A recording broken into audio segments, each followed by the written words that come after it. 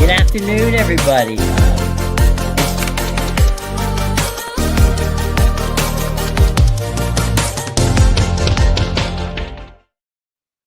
We're live again. Let's try this again. Technology has been wonky this week. Anyway, we're here at Friday. It's Jim, it's Matt, and Matthew. You got a big game tomorrow, which we'll talk about in a few minutes. But tonight, usually you get one or maybe even two sometimes decent football games to watch. Mhm. And I don't mean, maybe you get one that's got some star power to it. Tonight, we got a bunch of them. Yeah. Yeah, it's actually a really good slate for a Friday, which is, it is surprising to get pretty like multiple good games worth watching. Normally you're watching, sitting down watching most of the American Conference play, USA, all that stuff. But you got a bunch of Power Four games tonight. Nebraska and Minnesota, Miami and Louisville, and then of course UNC and that dumpster fire plays at 10 p.m. at Cal. Right. And got San Jose State and Utah State, which is it's a Mountain West game, but they're not bad teams either. No. So Louisville and Miami kick it off 7 o'clock on ESPN. Dave Pasch, Dusty Dvorak. Then number 25 in Nebraska, as you said, travels to Minnesota. That's an 8 o'clock primetime game on Fox. So that's Tim Brando, our buddy, and Devin Gardner. San Jose State and Utah State's the 9 o'clock game on CBSN. That's Chris Lewis and Kyle Long.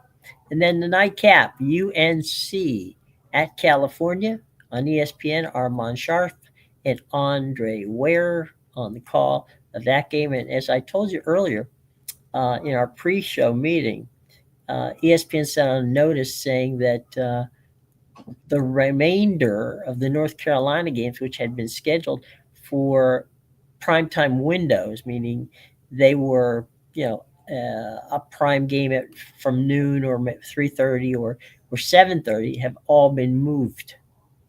The times have not been moved, but the networks have been moved. So, whether they were on ABC or ESPN, they've now been dumped over to the ACC network, or even I think two of them went to ESPNU. Yeah.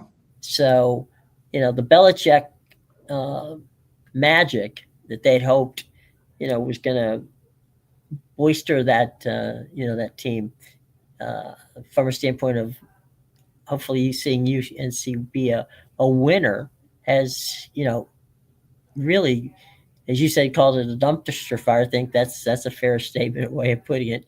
But as far as ESPN is concerned, they can't get away from them fast enough. Yeah, there's so in terms of the UNC football program, obviously what they're doing on the field is a dumpster fire. It is like plain and simple. And that, I think what's going on in the field is bad enough, but it's a lot of the stuff that's going on off the field.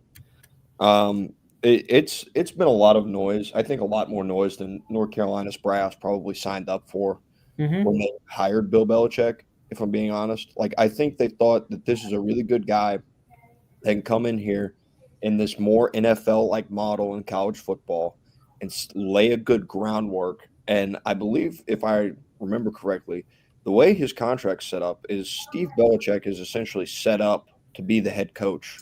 Yes. Post Bill leaving. And it was a great plan in theory. It's terrible. It's working out terribly. And they've got reports of Michael Lombardi going over to Saudi Arabia. Yeah, here we go. Michael Lombardi took a fundraising trip to Saudi Arabia 2 weeks before the Tar Heels season opener, per Pablo Torre. And then, Pablo also did he has his podcast, and I think he probably did 2 hours on the UNC football program and Jordan Hudson, because apparently there's more with that now. So it's a big issue, I think, in terms of that, because it was UNC football wasn't in a very good place when they decided to fire Mac Brown.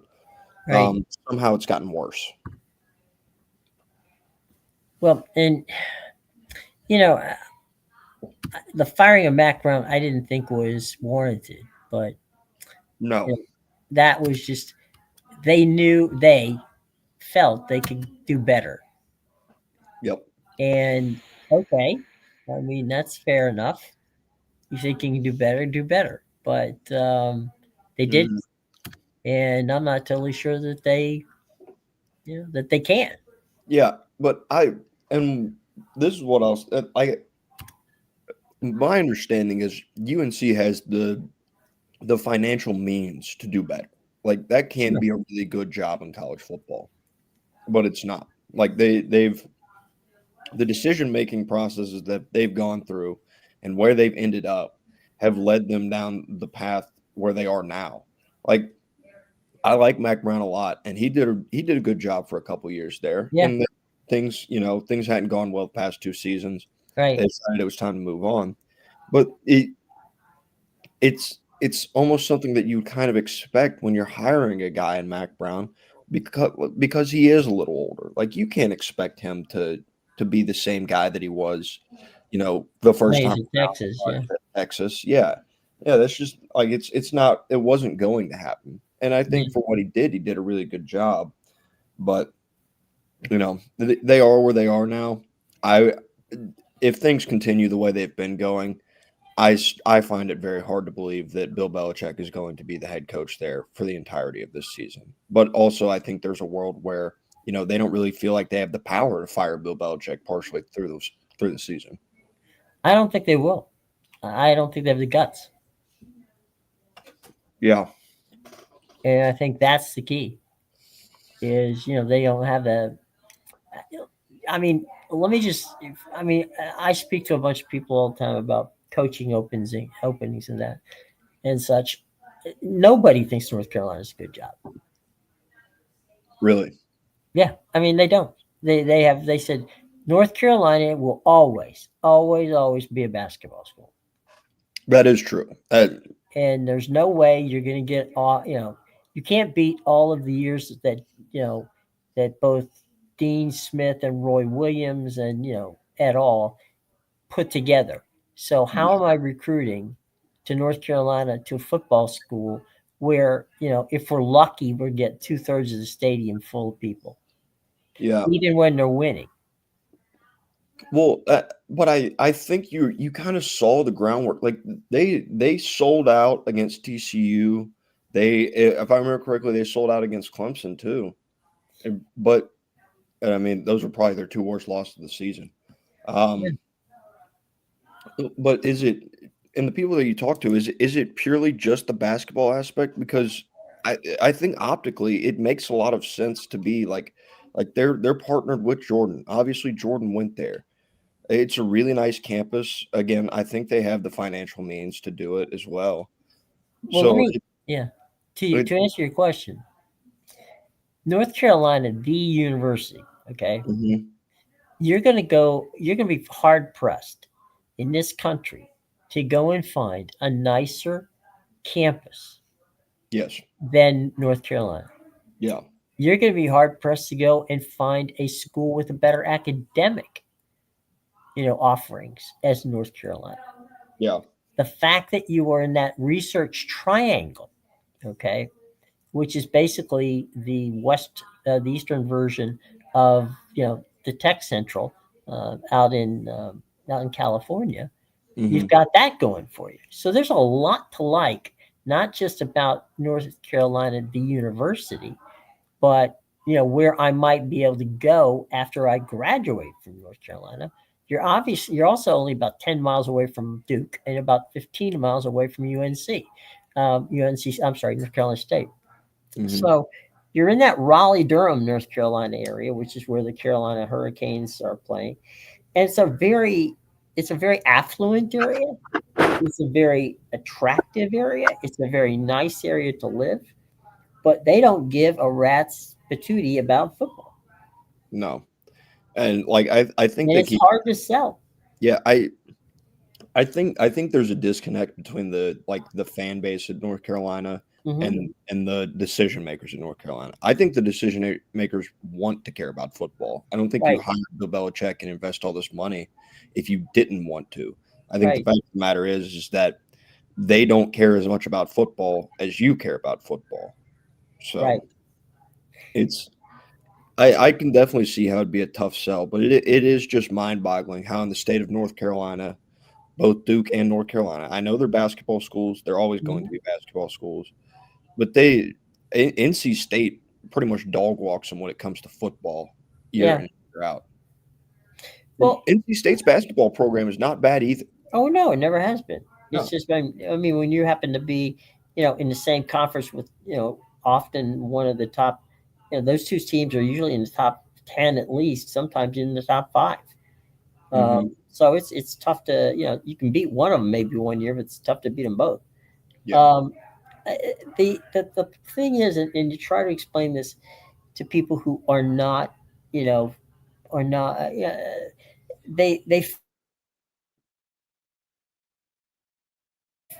almost think of North Carolina as being, an SEC area. It's not. Okay, in Yeah. North Carolina, and you can look at this by just looking at the North Carolina. I'm sorry, the Charlotte um, Panthers, right? Hmm. Carolina Panthers. I'm sorry. Um, it's a hard sell. It's a hard Yeah. sell. The people who go to Duke and North Carolina, we're talking about the students, right? Yeah. They're going for an education. Yeah. Okay, it's one thing to fill up the Dean Dome of 20,000 for a basketball game. It's another one to fill up the football stadium at about 50,000. Yeah. Which in SEC terms would be a dinky stadium. Um, as you said earlier, that yeah, they filled out the first. They filled up the place for Twice. Clemson and what was the other one? I'm sorry, you mentioned TCU. TCU, but that was Belichick's early moment, Hmm. Yeah. and that wore off. And if they can get, if they're lucky, if they get 75-80% of the stadium full for any game, even when Mac was there and having success. Yeah. I was there. I was actually up there last year when they were playing James Madison, and Hmm. I mean, James Madison dog walked him. James Madison hung 50 on him last year, and I was out on the town and just Hmm. walking around. It's just a world's difference when I walk around Athens after a loss versus when I was Right, walking around UNC when they lost to JMU. It's right. it's a world's worth of difference.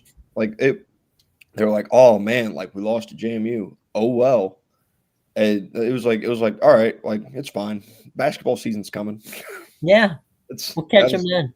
yeah, that's the general sense you get. So Well, and let's, if we were to take an equation of what SEC university would be closest to UNC from a standpoint of both academics and somewhat of a tradition, it would have to be Vanderbilt.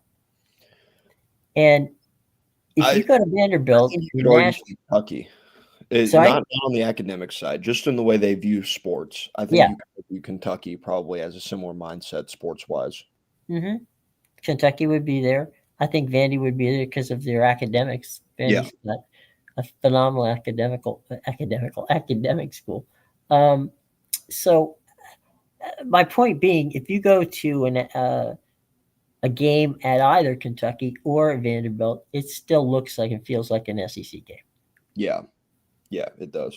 Well, And even though you know, and Vandy's had a consistently good basketball team over the years. I mean, they haven't you know won as many national championships or anything like that, but they always have a decent basketball program, their but base is and fantastic. baseball program. I mean, there's athletics at Vanderbilt, Yeah. and but Vanderbilt definitely shows up. I mean, Saturdays are important to Vanderbilt, and Hmm.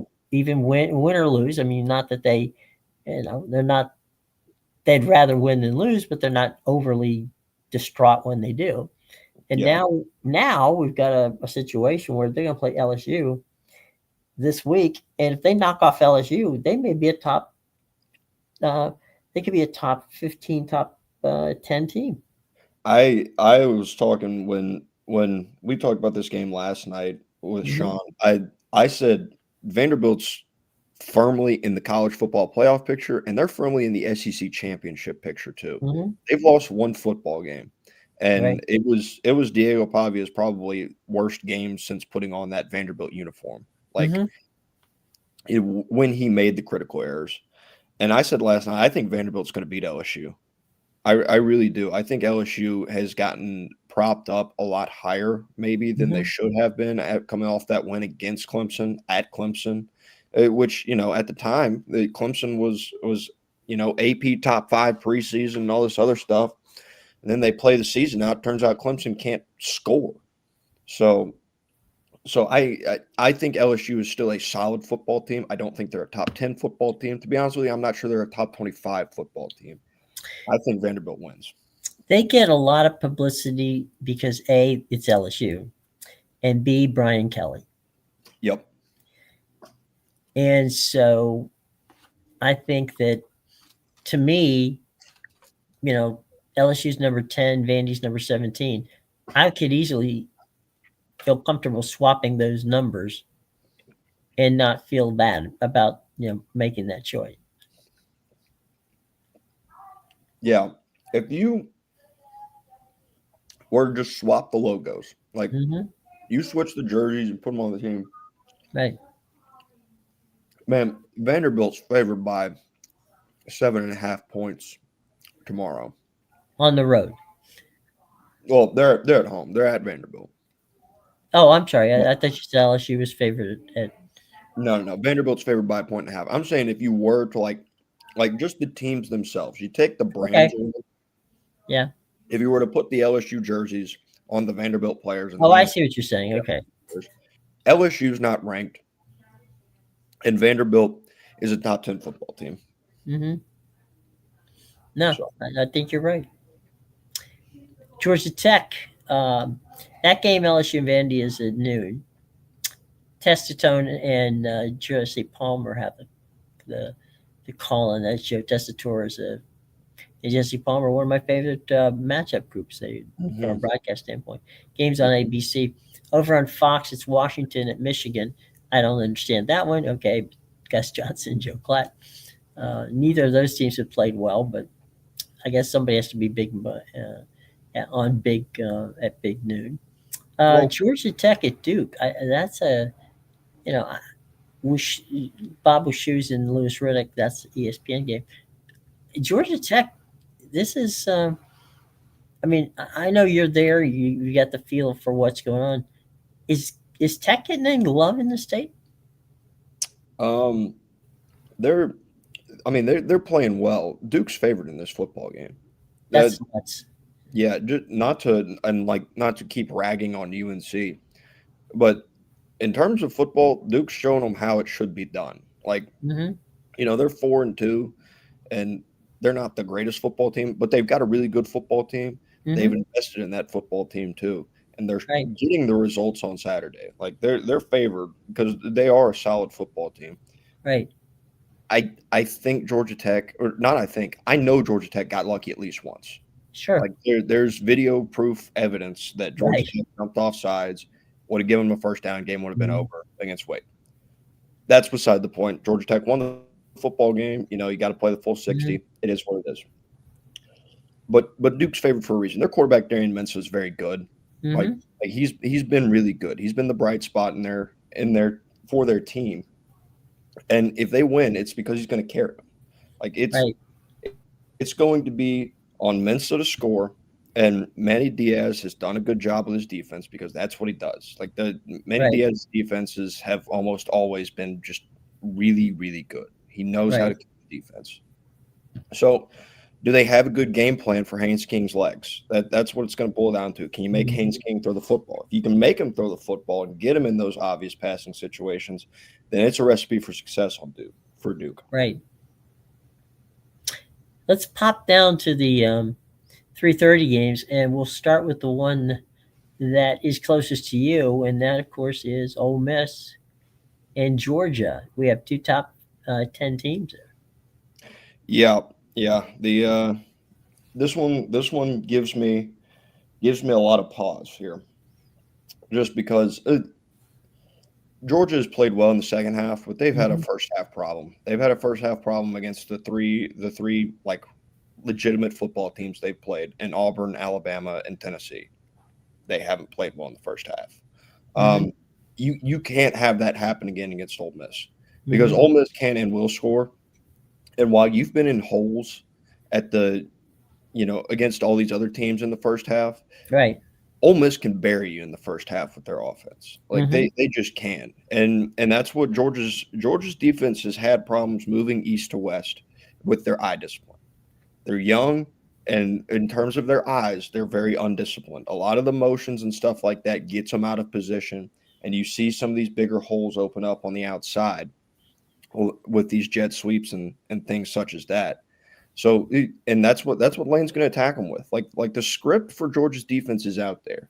They are as talented as they are, and there's a baseline level of talent required to score on this Georgia defense. Don't get me Mhm. wrong about that. It's not anybody's just rolling in and doing this. Mhm.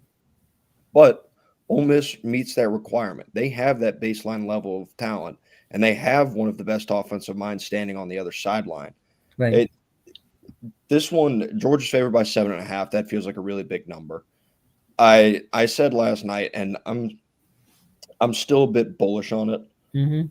but I picked Ole Miss last night, and I may flip back on it, but it's just they provide the right issues. They've been really inconsistent this year in Yeah. terms of the games. They've played a lot of close games, Mhm. but they have all the tools they need to beat Georgia, and Georgia just hasn't been like a good first half football team. And that's why I keep going back to it. These big holes that they dig themselves in the first half. Right. You know, um, we spoke about this for people who might have missed it yesterday. You know, these are two coaches who not only know each other, they used to have offices down the hall from each other. Hmm. And Lane Kiffin knows most of the tricks that Kirby Smart has, and Kirby knows most of the tricks that Lane's got. So they're not going to be pulling any tricks on each other. But No, I think that makes for interesting. It's a chess match. It's two guys yeah, who like each other personally, but would love to beat them. Lane would love to beat Georgia, and obviously Kirby would, be very pleased if he could knock off Lane. yeah, So it's a one of those friends before the game, friends after the game, but not necessarily friends during the game. yeah, yeah. They are extremely familiar with themselves, with each other. Mm. They from based on all the stories you hear, it sounds like they text in their group chat a lot. Yeah, Um, Yeah, and it is a little bit different. Like Lane calls the plays on offense, so right, he is the offensive coordinator. Kirby obviously he mhm, loves his defense, but he doesn't actually call the defensive plays. right, That's the only difference. But I will say, for as good friends as Lane Kiffin and Kirby Smart are, yeah, Mike Bobo and Pete Golding don't know each other from Adam. right, And that's really where this game is going to be decided because Georgia's had the best offense scoring mhm, wise. They've put right, up the most points in the SEC, right, but they're also at the top of the league in points allowed. right, So it's a bad recipe when you're mhm, going against this offense. But I think Georgia is going to Ole Miss's run defense isn't fantastic, and if I had to guess, I think Kirby Smart would be okay taking the football first and doing exactly to Ole Miss what he's had done to him these mhm, last couple of times out, where both Auburn and Alabama just kind of grinded away at you in the first half sure, and really like these long, like 10, 12 play drives that are lasting 7, mhm, 8, maybe even 9 minutes. yeah, burning the clock, Yeah. I think that kind of a drive is exactly what Kirby Smart has envisioned if they mhm, were to get the football first tomorrow. right. Okay, Ohio State on the road in Madison, Wisconsin. Wisconsin has not been good. That's the 3:30 game on CBS. Nestler and Danielson. I'm not overly. I'm, I guess because Ohio State's number one, that's probably why they're there. Yeah. Because on paper, this game makes no sense. Well, what I will say is some of the games that CBS has gotten Yeah. in their Big Ten package, Hmm. I can't say I blame Gary Danielson for retiring. He's had some tough ones to call. Yeah, this is Um, one of them. yeah, this is going to be one of them. Like Wisconsin's really bad. They're a god awful football team. Mhm. Luke Fickell is going to be searching for new employment at some point during this season, I would assume. Their offense is bad. Their defense, which we kind of presumed was, they have the bodies and the physicality. You assume their defense was going to at least be solid. It isn't. Mhm. Ohio State gets to scrimmage on Saturday. That's cool. You know, there's a game at the same time on Peacock, Hmm. which is Michigan State at Indiana. Honestly, as a fan, I would kind of like to see what Indiana looks like, a couple weeks in a row because you don't. I mean, obviously Indiana's on, but they usually are on when there's other games I want to watch that they're on. Um, Hmm. if I'm CBS, I would think I would have taken that one. I mean, I know, look, they're going to get a big number with Ohio State, regardless. I mean, Ohio State could be playing our Sisters of the Poor and they'd score big numbers. Hmm. So I get the ratings aspect of it. But um, Indiana is an interesting team. And I would rather watch, frankly, the Michigan State Indiana game, which is on Peacock at 3:30. Yeah, yeah. I mean, this If is I, if I have the choice between Ohio State and Wisconsin. yeah, and I will say, like, they went 12-0 last year. They went undefeated. They deserved their playoff spot. I was a little bit bullish on Indiana coming into the year. I wasn't. I kind of believed that it was more of a flash in the pan. It isn't. But this is Mhm. also a different level of expectations that is Mhm. now sitting on the shoulders of this Indiana football team. You went out to Eugene and you beat the number, what was it, 3? I think Yeah, Oregon was. You beat the number 3 team in the country. Now you are the number 3 team in the country. right. It's a different kind of target that they're carrying on their back. And Mhm. I get that they were undefeated last year and they probably had a some of a target on their back. Being the number 3 team in the country, being in the playoff last year, being undefeated, all of the things that Kirk Cignetti has done at Indiana Mhm. has now painted a much larger target on their back. Sure. And this is a spot now where, you're coming off a big win. How do you look after that? Are you able to, bring yourself back, compose yourself, and focus on that next game, the game by game Right. mentality? Do they have that? Do they have that ability? Or are they kind of, are they feeling it a little bit? Do you feel the fact that you're number 3? Do you feel the fact that you beat Oregon? Are you feeling yourself and think, yeah, we are that good? Like we are Indiana now. It's not like, oh, well, it's Indiana. It's now you're Indiana. Yeah. Deal with it. Okay. I'm gonna throw. There's a couple of also 3:30 games out there that I'm gonna pop up just because I think they're gonna be two games that I'm personally just gonna check in on from time to time. Hmm. The first one is UNLV at Boise State. That's a 3:30 game on FS1. Dan Haley and Petro Papadopoulos. The winner there is in pretty good shape in the mountain, and we can see how if UNLV has made the step to be able to be on the same level with Boise. And the other one is on the ACC network with Wes Durham and Steve Algio, and that's SMU and Clemson. I do have the SMU Clemson game. I saw it yesterday. Looking it up now. Cade Klubnik's, yeah, he's questionable against SMU, which would be, for as bad as Clemson's offense has been for a lot of the Hmm. season, that's still a very big blow Yeah, for them. Clemson's favored by 5.5. Clemson's at home, so that makes sense. sure. Um, you know, can SMU score? What does the Clemson defense have for that SMU offense? Because Right. if Cade Klubnik can't go, that could be a big problem for Hmm. Clemson. I mean, even if he can go, a hampered Cade Klubnik Right. is it? Yeah, I don't have high hopes about that because to be honest with you, I don't love healthy Cade Klubnik. Right. So what does injured Cade Klubnik look like? That can't be good. 5.5 feels like a large number. SMU might just go into Death Valley and pull this thing off. Yeah. So I think that's one I'm going to keep an eye on just for the heck of it. And I will throw this one out there. I Yeah. think it may be like one of the only 3:30 games we didn't touch on. Texas A&M Arkansas Oh is yeah. always close. It's 7.5-point spread. Again, that is another one where you're like, number 4 team in the country, neutral field. Why is it 7.5? It is 7.5. Arkansas can score. They almost beat Tennessee last week at Tennessee. Right. Sam Pittman's out. Bobby Petrino's currently the interim. So we'll see. But Arkansas has the horses on offense to beat A&M. Right. There's no question. 7 o'clock game. We talked to you about yesterday about this one might be worth watching till the 7:30 games come on. Maryland to UCLA. That game's going to be played to Rose Bowl, 7 o'clock. Noah Reed, Robert Smith on the call.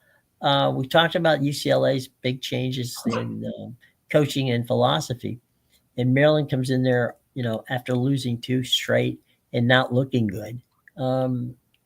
This is one of those ones where it'd be fun to see just how UCLA is. Are they really going to continue to be playing?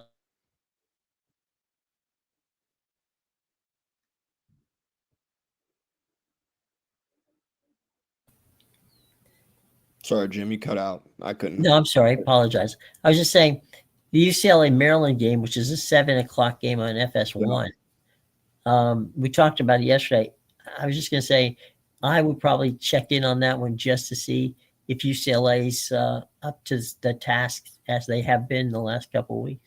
Yeah, it's definitely. I mean, UCLA's favored. UCLA being favored in a football game. Doesn't bode well for Maryland. Yeah. About like, what was it? 17, 18 days ago would have been just outlandish. Like you're laughing at somebody if they're telling you that UCLA is favored to win a football game. But they deserve to be favored in this football game. And James Franklin's probably a pretty big UCLA fan. He's probably a pretty big whoever Maryland is playing against fan. Right. The remainder of the season. Right. So, this is the team that really, really kind of put a nail in his coffin in terms of his tenure at Penn State. And, now he's probably on the other end rooting for him because he probably wants that Maryland job, if I was guessing. Yep. Let's go to the primetime games. In primetime on ABC 7:30, it's Tennessee at Alabama.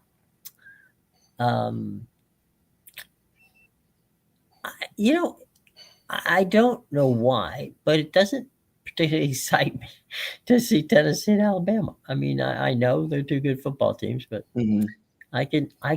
That's not. I'm gonna be over on NBC watching SC and Notre Dame play. Yeah, I will say just in terms of like mid-season rivalries, Yeah, you get served up a fantastic slate Saturday night. You got the Holy War, USC Notre Dame, right? The third Saturday in October. So that's in terms of mid-season rivalries, that's one of the better slates that you're going to get. Yeah, all season. No, Tennessee Alabama doesn't exactly move the needle for me either, because I don't know if Tennessee can really win this football game. Like they've scraped one out. They won by 3 against Arkansas, but they were playing at home, and then they won by 7 in overtime at Mississippi State, which Mississippi State is a lot better this year.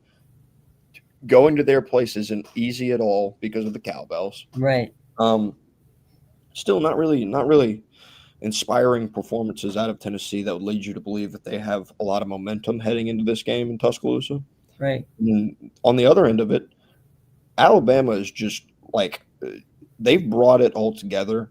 And they've fought in some wars, but they came out on the winning side of those wars. Right. The 3-week stretch that they went on, Georgia, Vandy, at Mizzou, and now you come home to play Tennessee. Like all 3 of those games, like you may not look at the scoreboard for the Vanderbilt game and be like, well, that was a close game. But when you watched it, that Vanderbilt game was a battle for 3.5 quarters. They eventually kind of pulled away at the end of the 4th. But it was a battle, but they've been up to the test every time, and I think this is the most belief I've had in Kalen DeBoer. Only year 2, but like last year after the Vandy loss, you saw the cracks. Like you could see the cracks.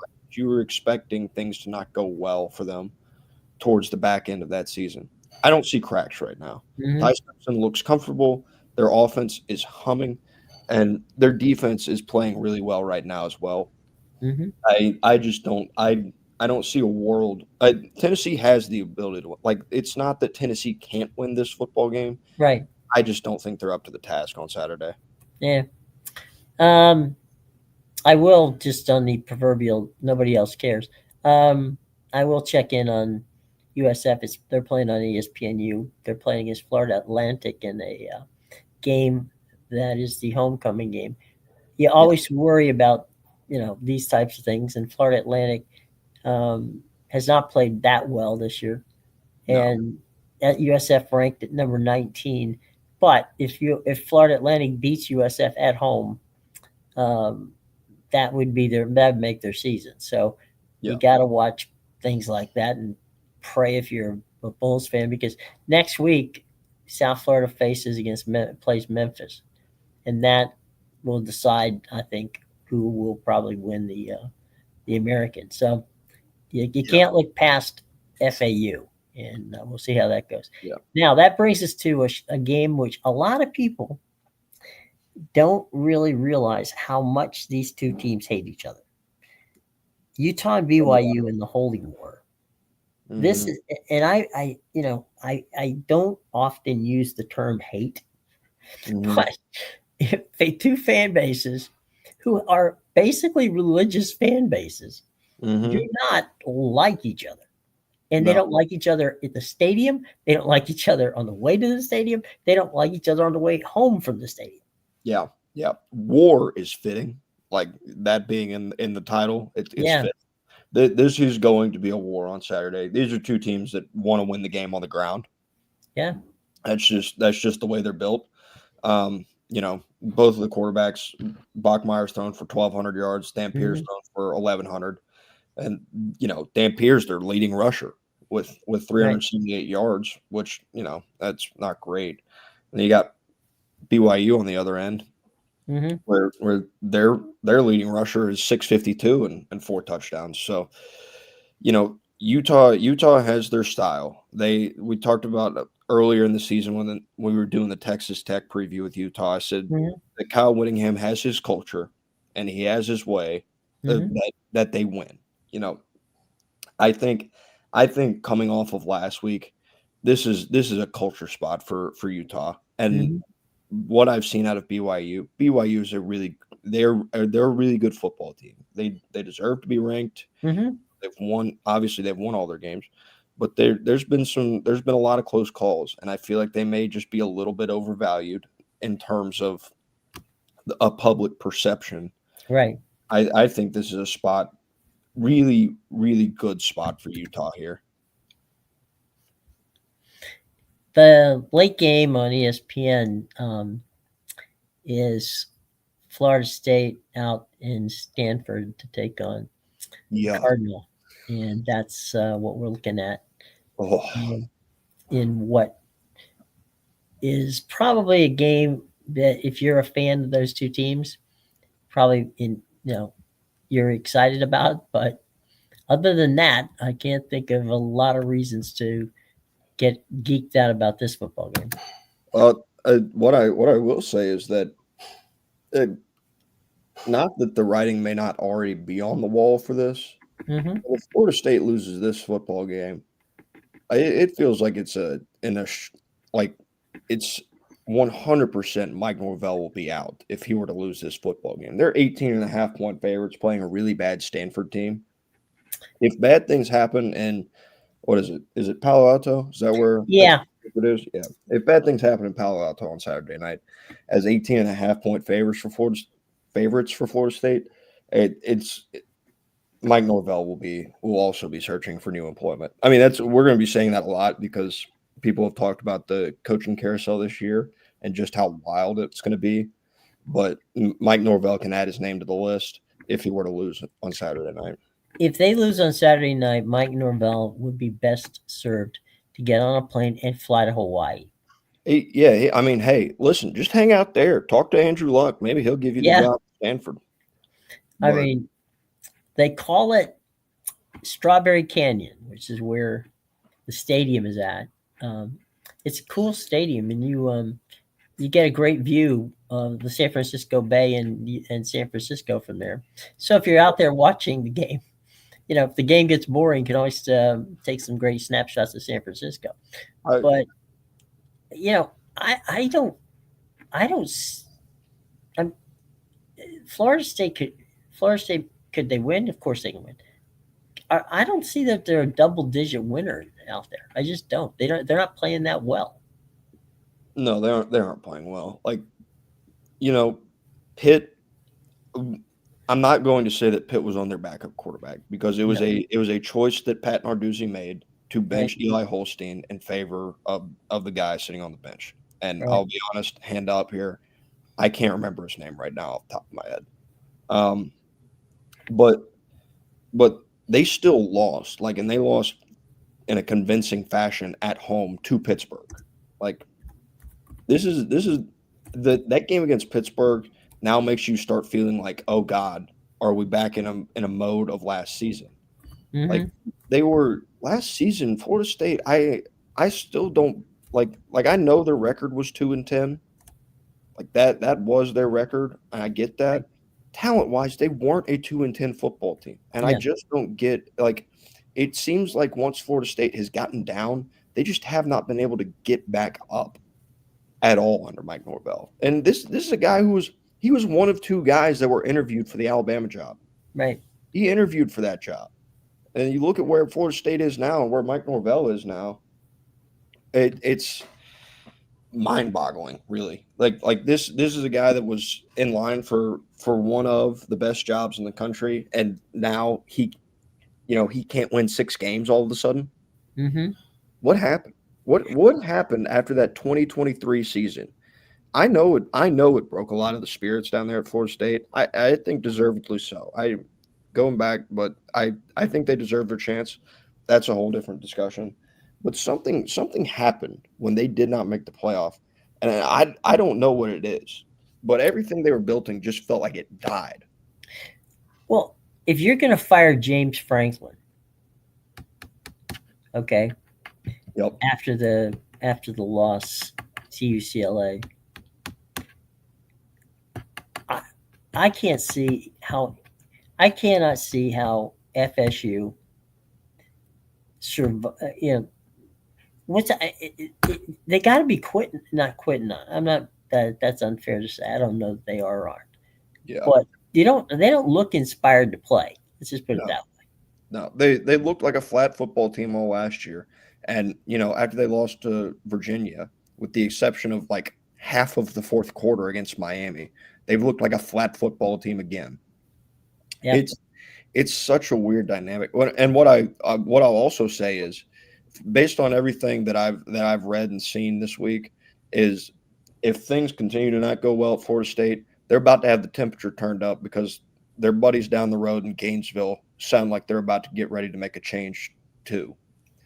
And so, that's somebody that you're probably going to be going against in the coaching market. Obviously, you're going against them on the recruiting trail and every season in football. But I still think that they should let both Mike Norvell and Billy Napier stick around just so we see what that Florida State game looks like at the end of the year. Yeah, it's going to look pretty ugly. Yeah. All right, let's hop over. I'm sorry. I was just going to say, I've seen the joke. Somebody said that Florida and Florida State should be played at 10:30 on the Cartoon Network. Yeah. 10:30 in the morning. Well, they could do Nickelodeon. They could slime them. Yeah. So Yeah, just get that's out of the another way. option.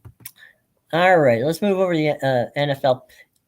I have a personal apology to make about the Pittsburgh Cincinnati game. Joe Flacco, my God, did he have a game last night? And you know what? So did Aaron Rodgers. He had 2 picks, yeah, but he rallied the team back there, and that was a very entertaining football game. This when Mike Tomlin got up to the podium Yeah, and was he was pretty much just bitching and moaning about the yeah. Browns trading Joe Flacco to Cincinnati. Mhm. And this is why. This was what he was when he got up to the podium and he was upset. This is what he was upset about because he knew he had this in the tank. 342, 3 touchdowns. Right. What he's 41. He's not Tom Brady. Where is this coming from? It makes no sense. He's just got a rocket, and he's a good decision maker, and Yeah. that's the only thing that makes sense. That makes any of this make sense. It does help that Chase Brown was able to run for 108. I think that's a kind of push on the offensive line that they haven't seen yet, really, Hmm. this season, because Chase Brown just hasn't been very good this year. A Well, lot you of had these, mentioned about Lamar Chase, and he had his Mhm. personal record 15 targets. I mean, 15 catches. He had 16 No, catches. 16. Okay. Yeah, he had 16 for 161. T. Higgins had 6 for 96. Yeah. They both had a touchdown. Like it's insane. It really is. Like this shouldn't have happened. This is his second week on the team. 10 days.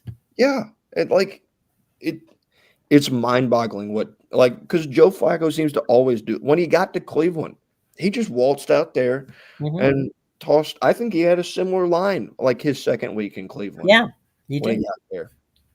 So it's They just gave up on him. yeah, the ageless wonder it, it's confusing, but when you hear him talk at the podium about Mhm. about his mindset going in and why he still plays football and like why Mhm. he's doing it. And he talks about pretty much how much he loves the sport and that when he's done, when he's 50 years old, he wants to be able to look back and say that he really gave it his all and made the best of this opportunity that he was given. Mhm. It makes sense because for as much as you take care of your body like Tom Brady did, Right. it it's still you still have to have a certain mindset to be able to play the way that he's playing at the age that he is. Well, he And ran for a first down for 14 yards last night. yeah, like it's really honestly, it's really good to see because I think Joe Mhm. Flacco's a good dude, and I mean he had to Yeah. battle in Cleveland, so I think it is a bit of a reward getting traded to Cincinnati because you go from Cleveland where your number one option is David Njoku, you got a Right. revolving door of running backs, and Jerry Judy's your best wide receiver. To you show up in Cincinnati, hey, there's Jamar Chase and T Higgins on either side of you. Yeah. You got Chase Brown standing behind you.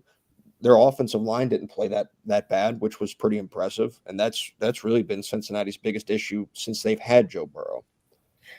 There was two things that I'll mention from last night's game, and then we can move on. You mentioned T. Higgins. T. Higgins got that pass that could have been a touchdown, and he Mhm. slid down at the 5 yard line. Yep. And he did that because he said, if I score, then we give Aaron Rodgers the ball back with a minute 25 seconds. Yep. And so that thinking was amazing. But Yeah. from halftime through the end of the game, I will this is going to be played on an endless loop around Cleveland today, and that was the fans at the stadium chanting, "Thank you, Cleveland," in a Oh, staccato chant every time Flacco did something good. It was "Thank you, Cleveland," and you know there was so many players after the game talking about how much they appreciated when Joe came in, to this to the stadium last week, and how much to when they were in practice, how much he really paid attention and tried to get to know mhm. everybody on the team, and what is what talking to the receivers, and where do you like the ball to be thrown, and just the fact that his knowledge and his ability to understand the game was so refreshing and important to them, that he instantly won over that locker room. Yeah. I am just looking at the because this is just something I picked up on Hmm. and scrolling through the box score. Aaron Rodgers really loves his tight ends. Oh yeah. All three of them scored last night. Pat Hmm. Freiermuth had two, Jonnu Smith had one, and Darnell Washington had 3 catches for 2 yards and a touchdown. Yeah. That's a crazy line to look at. But then going back to the broader point about talking about saying thank you, Cleveland, and stuff like that. At what point do the Browns look in the mirror and realize, hey, it's us? Like, Well, they haven't done it for 20 years, so yeah, I'm not every going to hold my breath out. yeah, but every breakup, you know, it ends up going against them. Like they leave Cleveland and all of a sudden they're really good. Now I get that Baker Mayfield didn't do it immediately. Like he didn't go to Carolina and tear it up or anything. But he where he is now, that's the Baker that Cleveland drafted. That's the Baker that you got the rookie season out of. He only played 4 games in Carolina. Yeah. And then he got traded to, if you remember, he got traded to when Matthew Stafford got hurt. Yeah. And he did that. And he didn't do badly, in his stint in it was, well, if I remember correctly, the way it worked was he got into town. I can't remember. I think it was a Thursday night game, and I think he got in on like Wednesday, like Tuesday night, Wednesday morning. He got the playbook on the plane. Yeah, yeah, and he, they didn't play well for the majority of that game, but then he let them down the field for a game-winning touchdown drive with no timeouts and like a minute and a half left, and that's where I think that's probably honestly the defining moment in Baker Mayfield's career. It was to be able to pull them off the mat and do that, and really what made Tampa believe in him. But still, it's what does Cleveland have to do to get out of their own way? Because like they've just invested a whole bunch of money in Myles Garrett. That's fine and dandy, but you got to be able to score points. They haven't been able to score points for forever, it feels like. So they've tried 1,000,001 scenarios. I really don't know what it's going to take for Cleveland to actually figure it out. Clearly a lot more than what they've been doing right now. Yeah. All right. So let's go Sunday morning, Rams in Jacksonville in London. This is our 4th in a row Sunday morning. In Europe, we'll have another one coming up here soon in Germany. It's next week. Rams and Jacksonville. I don't know. The Rams. What was I saw Stafford was listed as questionable, but I don't think that he was injured enough that he wasn't going to play. But I don't know. So I don't see. Yeah, I don't see a tag on him in terms of the injury report. He's not listed on the injury report. Okay. But who is listed on the injury report, and much honestly, probably just as important, Puka Nacua is out. Okay. Well, there you go, folks. He will not be playing. So that's that big. Is not a good thing. Yeah, all of Puka Nacua's workload is now going to fall on Davante Adams. So I think Davante's been good this year. This is a different kind of workload though, because now he's back to wide receiver 1, and I am curious to see Jacksonville's secondary after they made that trade with Cleveland. They shipped Tyson Campbell off and brought back, oh God, who did they bring back? Greg Newsome? Was that who it was? I think so, yeah. Yeah, so they brought in a new guy in the secondary. How does that gel? But to be honest with you, when looking at these games, I don't know how to pick them because I don't know who's going to react to the travel how, because that is a lot of travel. It really is. So it's really difficult to predict. I know the Rams did. They made a stop in Baltimore, and they did their practice at the Orioles. Yeah, Camden Yards, which I thought was interesting. But they've been on the East Coast for a couple of days, and obviously I think they made the trip probably. It's a 6-hour flight from Baltimore to. Yeah, which about the same flight that you would make if you're going from Jacksonville to Seattle. Yeah, which 6-hour flight isn't fun. It's not the end of the world, but the flight itself is not the travel concern that you have when you're going over to London. It's that time change. Sure, it's 5 hours that you gain.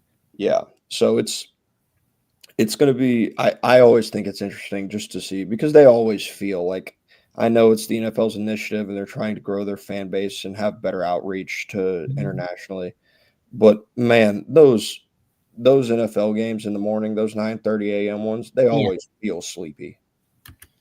Well, yeah, and let's be honest, they're bowl games. Because, they're going over there. What are they going over there for? They're going over there because the league wants them to go over there. And, do they have fans? I'm sure that there will be some fans that make the trip. If I'm Jacksonville, probably not, because Jacksonville has been there so many times that making the trip doesn't really make any sense anymore.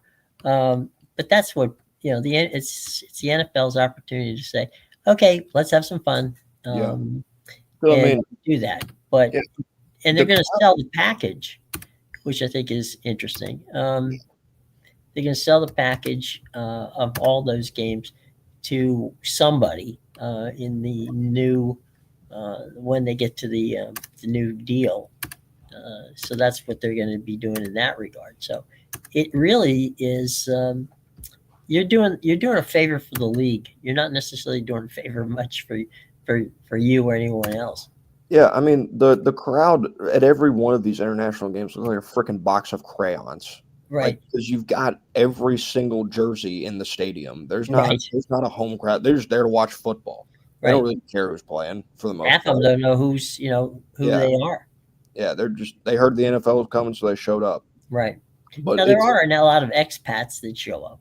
Yeah. But it's I don't know. I don't love them. I will say there is a certain aspect, like it's nice that you can just wake up and have football on immediately. That's really the only nice thing about it. But like nobody's really tuned in, and like those poor people on the West Coast that are Rams fans, they've got to wake up at 6:30 if they want to watch their team play football on Sunday. Right. And not like get up at 6:30 and now you got some time. No, the game starts at 6:30. They're kicking it off at 6:30. So which means you got to get up before 6:30 for that to get ready to watch it. Yeah. It's one of those ones that might be better to just lay in bed and watch it and then get up later. That would be like, I know they can't, obviously the NFL can control it. It's their league and stuff like that. They control the scheduling. Why would you not try to primarily keep East Coast teams on those games? Contractually, they're obligated to bring it, at least from what I understand. Eventually, every team will play in Europe or in Brazil. Now, when that happens, it's going to take a while to get through it, but they've got through a lot. I mean, people forget they've been doing this now for about 7 years. Yeah. So, it is, but now they're really pushing it. So yeah, but when you hear players talk about it, like I'm not sure I've heard one player that was like, "Man, I'm really glad we had a great time." Yeah. No, they all hate it. I mean, heck, Skylar Thompson got jumped in Dublin, right? So, or not? Was it Dublin? No, it was Germany. Yeah, it was Germany. Yeah, he got jumped in Germany. Like, what are we doing? How does this? Because I don't think that's the first occurrence of an NFL player running into some trouble in one of these international games. I'm pretty sure the general rule when they go to Brazil is like, hey, don't leave the team hotel. Yeah, which would be a wise choice. Yeah. Early games on CBS Sunday: Vegas at Kansas City, Nance Romo. New England, Tennessee. That's Cardellone, Davis, and McCourty. I'm going to give you an opportunity, ladies and gentlemen, to if you are going to watch this game, I'm going to give you the disclaimer that it may be something that could injure you from ever wanting to watch football again. It's Miami at Cleveland. Spiro Adidas and Nashaletto. Spiro and Armin are nice guys. I guess they must have upset someone at CBS to get that call. Not only is that matchup bad, the forecast calls for 50 to 60 mile an hour winds. Oh, great. Yeah. So on the lake. Yeah, whatever little bit of like passing offense that you were going to get from either of those football teams, just go ahead and toss that out the window. You're ready to see a lot of runs. It's possible that Tua might be able to throw a ball that goes out of the stadium and over the lake into London, Ontario, Canada. Yeah. Indianapolis at the Chargers. That could be an interesting game. That's a late game. Ian Eagle and J.J. Watt. Giants at Denver. interesting to see how that plays out. Yeah. Harlan and Trent Green on that. What I will say about that game is the Giants are about to get flattened in Denver. Probably. That is they're doing Demaryius Thomas. I think he's entering the Ring of Honor. I think that's what they're honoring. That's their big deal. Yeah. So they're doing that, and then you also toss in the fact that Denver leads the league in sacks by like a very wide margin. Yeah. New York, they had a feel-good story. They beat the Eagles last week on Thursday Night Football. They're about to get flattened in Denver. Yeah. Philadelphia on the road at Minnesota. That's a trap game for the Eagles, but we'll see. New Orleans goes to Chicago. Kevin Kugler, Daryl Johnson on that one. Carolina at the Jets. Chris Myers and Mark Sloth draw that one. Late games. Washington at Dallas. That's the number one game on Fox's list for the day. That's the late game at 4:30. Kevin and Tom Brady on that one. Kenny Albert and Jonathan Vilma are out in Arizona because that's where the Green Bay Packers will be playing against the Arizona Cardinals. The night game on Sunday night is your, and I shouldn't give them to you because I don't know that you're necessarily an Atlanta Falcon fan, but you're in the area. So the Falcons are on the road against San Francisco, and that's a Sunday night game. The Falcons have been getting a lot of prime time this year. Yeah, like they had Sunday night against Minnesota, right, and then Monday night this past week against the Bills, and now they're going out to San Fran. They get Sunday night again. So what I will say, at least in terms of the offensive side of the football, Atlanta is in terms of like Bijan and Drake London, right, and those guys, they're primetime worthy. I'm not sure if the team as a whole is necessarily primetime worthy just yet, but it is a good football team. Do we know if Brock Purdy is back healthy, or are we getting Mac Jones again? It's likely. My understanding is that Purdy has practiced, but that it's going to be they're making it a game time decision. I'm not so certain that isn't a Kyle Shanahan move more than it is a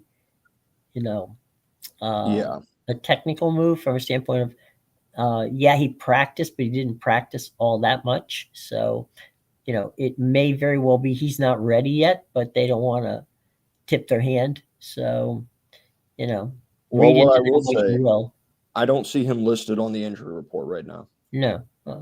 So he practiced. They both practiced for the first team. Yeah.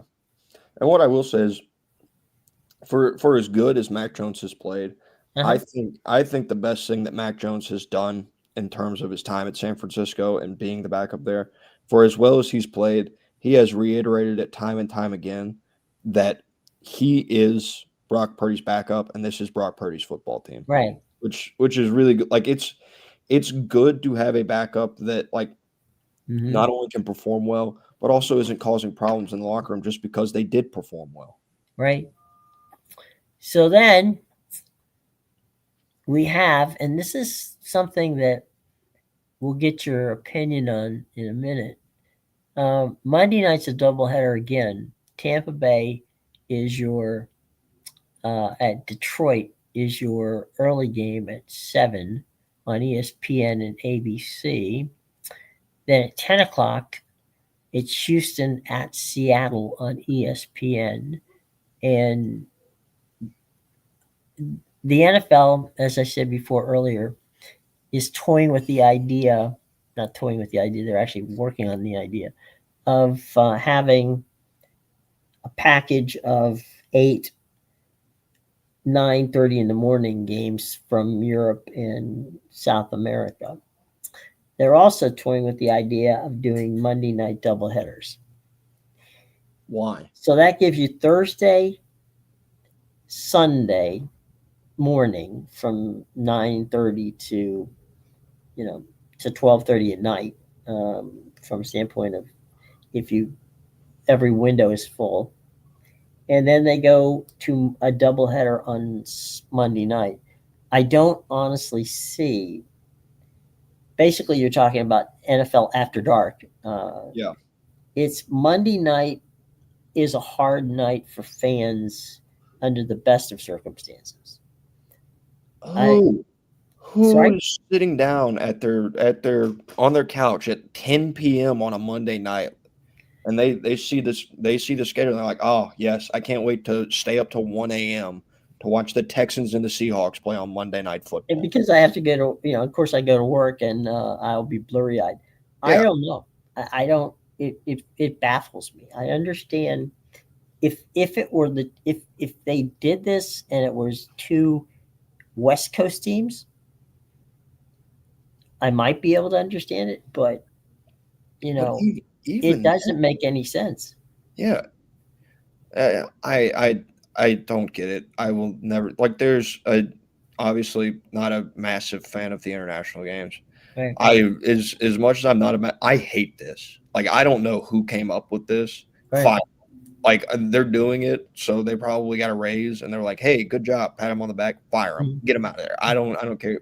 This makes no sense whatsoever. I guess if they're going for the breakfast crowd the following day Yeah, in maybe. Australia, Yeah, maybe it's good for the international audience. Maybe they're just waking up. They get some 9:30 a.m. football. yeah, that's kind of what's going on there. Because 10 o'clock here on the East Coast, you'd be somewhere about brunch time, you know, in in Australia. There you go. Let's see, 10 o'clock, 5 o'clock. You'd be 2 o'clock in the morning, no, 3 o'clock in the morning in England, 4 o'clock in the morning in Europe, and 5 o'clock in the morning in the Middle East. So Yeah, maybe this is like their Far East outreach program trying to could connect. be if they're going to China and Yeah, to that parts unknown. yeah, Yeah, that might work, but Japan stuff like that. If they're yeah, trying to grow their audience there, maybe that's what they're. I maybe really that's don't. the way they're going it. I personally don't think that's going to work, but hey, nobody Yeah, called me and asked I me. yeah. It's. I mean, that's the only thing that like makes this any semblance of reasonable. I guess Mhm. like that's the only good reason that I've found so far for this 10 p.m. start on a Monday night. Yeah, and I can't even figure that's going to make any sense. Yeah, like It's weird. it's the same thing with the college football playoff. They play their national championship at like 8:30 on a Monday night. Yeah, I Nobody, argued with some network executives I talked to on air once that I thought, why don't you do it on Friday night? yeah, And they said, well, Friday night, you know, I we're not going to, we're not going to get the kind of audience that we're going to get on Monday night. And I go, there's what no gives you way. that idea?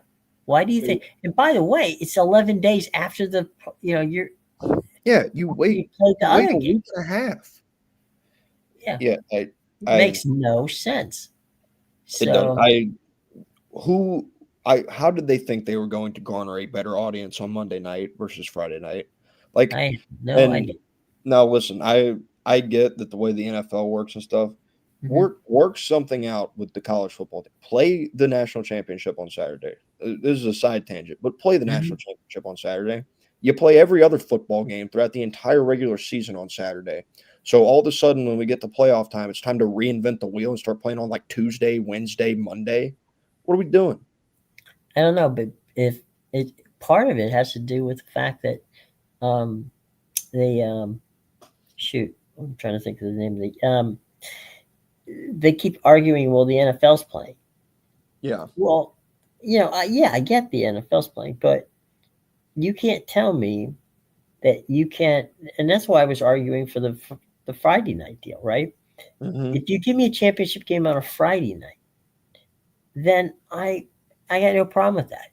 You know, I can sit down knowing that the next day is Saturday, and yeah, there's NFL games on, but at the end of the day, they're not going to start until 3 o'clock in the afternoon because they want to get the primetime window. So that gives me plenty of time to wake up and do what I need to do and get ready to do it. I don't want to go to work on a Monday, knowing that I want to see the national championship game, which isn't going to start until 8:30. from a kickoff standpoint, and not going to get over until around at least 11:30, maybe even 12 o'clock. Just doesn't make any sense. No, it doesn't. Like, what if you're a fan of one of the teams that's playing? What if your team wins the national championship, and then you're like, oh, I got to go to work tomorrow. That was fun. Well, what if you're one of the fans and you get tickets and you're going? I mean, you basically have to blow off 2 days' work to get there and back. Yep. They don't make it fan friendly either. Yeah, it's bad. It's not good. It's not good. All right, bud. Let's talk about what you're going to be watching this weekend. Give us I know you like to put your 5 games or so out there, and we'll see how that works out. But just get a little preview of what you're going to be watching. Well, tonight, to be honest with you, part of me wants to see the train wreck that is North Carolina play at 10:30 tonight. Okay. I think Minnesota is going to upset Nebraska tonight. Nebraska is a 7.5 point favorite on the road. I like Minnesota in that football game. That's one that I'm going to be interested in. Also, quick little note: there's been some somewhat significant line movement on that Louisville-Miami game in favor of Louisville. The spread's gotten pushed down a little bit. It's still at 11.5. Louisville's a good football team. They have a very real shot to shock the world on a Friday night. Obviously, I will be in attendance for Ole Miss Georgia. That's really good. That Duke Georgia Tech game has a lot of my attention. It's it's tough because you're going up against the LSU Vanderbilt game in that window. It's gonna be a good football game. But I'm also one that we didn't really touch on that I'm looking at here is Oklahoma goes to South Carolina. Yeah. And Oklahoma's coming off what was just an ugly game in the Red River rivalry, where you could tell John Mateer was fresh off of a surgery. How do they look now? They go to South Carolina, and I get it. Like, Oklahoma is the better football team. South Carolina hasn't had a great year. South Carolina is still really talented, and they still have Lenore Sellers at quarterback. And when he actually goes to the best of his abilities, he's one of the best quarterbacks in the country. So if you get the good version of Lenore Sellers, Oklahoma is going to be in trouble on Saturday. Absolutely. It'll be interesting. Basically, one last thing here, and that is a shameless plug. I have a story coming out tomorrow about the history of the Notre Dame and USC rivalry, and some of the highlights of the rivalry, how it all began, and the heyday of when it was, when McKay and Parsegian during the 1960s and 1970s, had what in essence was the golden age of it. It's the rivalry. I mean, we talk about rivals, and we talked about the ones that we are going to see this weekend, the Holy War and all that. This is really the only national rivalry, and it has. I mean, I don't think a lot of people realize that USC actually was started as a Catholic institution. So this Notre Dame. I'm sorry. I said I was unaware of that. Yeah. This idea was Knute Rockne's in 1926 when he accepted an invitation from the chancellor of USC saying that it would be a good idea if both programs could play each other on a yearly basis, so that the simple idea was having two Catholic rooted institutions against each other in what in essence would be a coast to coast game for pride. And so the first meeting was in Los Angeles, and that was over a century ago. And they've survived wars, they've survived coaching changes, they've survived a whole bunch of different things, seismic shifts in college football. Yeah. And yet we don't know if they're going to survive all this recent conference realignment. Yeah. It's ridiculous. there still is some cachet, not as much as there used to be, but there is still some cachet in the in the USC and UC and Notre Dame rivalry, whether or not people care about it or not anymore. I have no idea, but I just thought it would be fun to put to give people a little idea of how this thing got started and why it matters. Um, Yeah, I think a lot of people don't give this game enough credit as a rivalry. mhm. Like it doesn't feel like it garners the same attention as some of these other rivalries. Like I know that on Saturday they'll do a hit on Tennessee and Alabama and like the third Saturday in October, but Right. it feels like I'm in the South, so that Sure. does help. But at least like in the South, people will recognize the third Saturday in October as significantly more of a rivalry than USC Notre Dame, and I just don't think that's the case. Well, I mean, it's I guess all rivalries are local, as the old saying goes. But Yeah. um, the deal with this one, and why I think it connects more with me than it would you, even though we both grew up in the South, is that there wasn't a ton of football on when I was a kid. Hmm. You're lucky if you got maybe two football games on a on a on a Saturday, let alone now two football games basically at the same time you have to worry about. Hmm.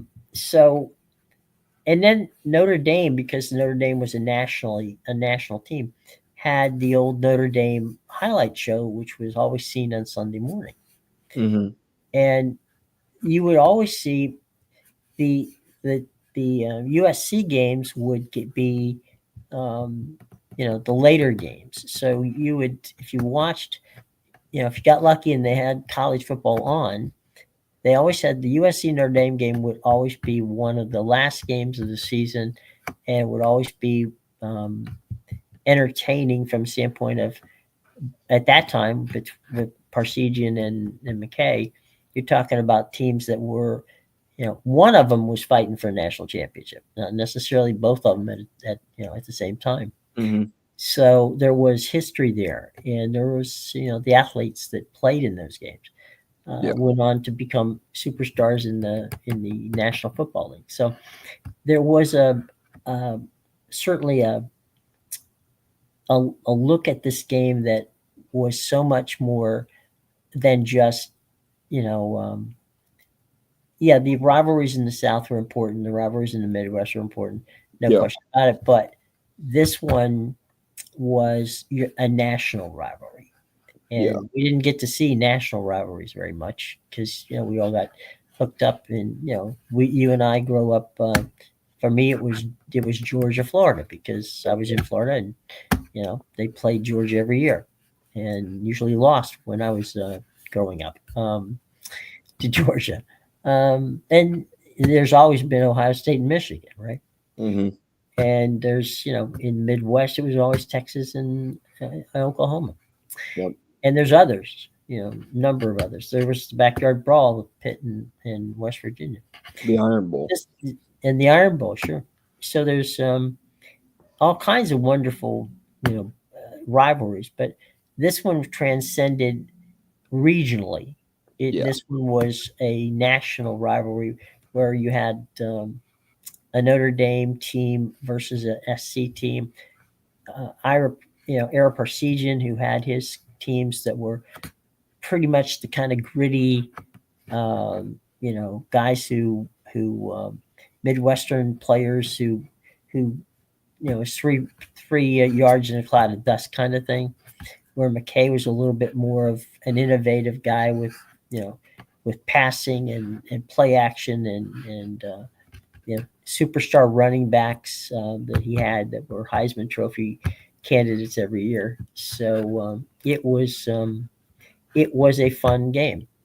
It has since lost its luster, which I'm sad for, but Yes. it is what it is. And that's such as kind of the state of college football. There's a lot of games that used to be entertaining that lost their luster. Yep. Yeah, there is. And we'll see how it all works out. But anyway, I'll check it out. It may it may be an ugly game for a long time, so I might not watch the whole way through, but definitely checking that one out. So anyway, so that's what we got going on. We also got the baseball playoffs, which we didn't get into this day, but we'll certainly get into them on Monday because Lord knows, one of them may be over and the other one might just be headed to a game 6 or 7. Yep. So we'll see how that goes. Anyway, any last comments, Matthew, from you, or are you good for the weekend? How's it going to go? I would tell people to turn on College Game Day. I don't know when what the time he's going to do it, but James Franklin is appearing on College Game Day. I don't know what he is. And this is his first public speaking since obviously the parting of ways. So I don't know why this is happening. I don't know what James Franklin, feels like he needs to say, but I am very curious as that is going to be, normally that would never happen. No, it's very much appointment television for me tomorrow. Yeah, that's that definitely is interesting. We know the coaches get whacked in the middle of the season, but none of them go on game day to talk about it. No, they don't. So my guess is it's not going to be a pleasant one. That's very much the feeling I get. Yeah, not going to say, well, I understand what Penn State was doing. I would have done the same thing. I'm pretty sure that's not going to be the phrase that's come. No. Well, look, he gets his opportunity to put his stamp on how this ended. Yeah, I'll be honest. I think he's probably going to be upset, and I also think he has a right to be. So yeah, and I think that what James is not stupid. He's also articulate. Yes, and he knows that he's looking for a job. Yep. So I think he will package it in a way that masks, any sort of animosity from standpoint of he's not going to just yell and scream and say that, Penn State was a bunch of idiots. But I think that subtext will be there. And there's not going to be a lot of people, there's probably going to be more than a few people that are going to be sitting there waiting, with popcorn like you to see what Franklin says. And a lot of them are going to be athletic directors. Yeah. I was a little worried about it because I had written a write-up about James Franklin's firing earlier in the week and just got busy and I haven't published it yet. So I'm actually going to the library after this and I'm going to publish it. I would assume that'll probably, I don't know when I'm going. I don't know when it's going to go live, but him appearing in College Game Day has given it a lot more relevancy in the latter part of the week than I thought it was going to have. Well, stay tuned, friends. We'll probably have that to be talking about on Monday too. Yeah. I don't know where it's going. I really don't. Not me either. But like I said, get the popcorn, folks. It could be very interesting. Yeah. All righty. Well, look, everyone, have a good weekend. Be safe and help your teams win. And we'll see y'all again on Monday.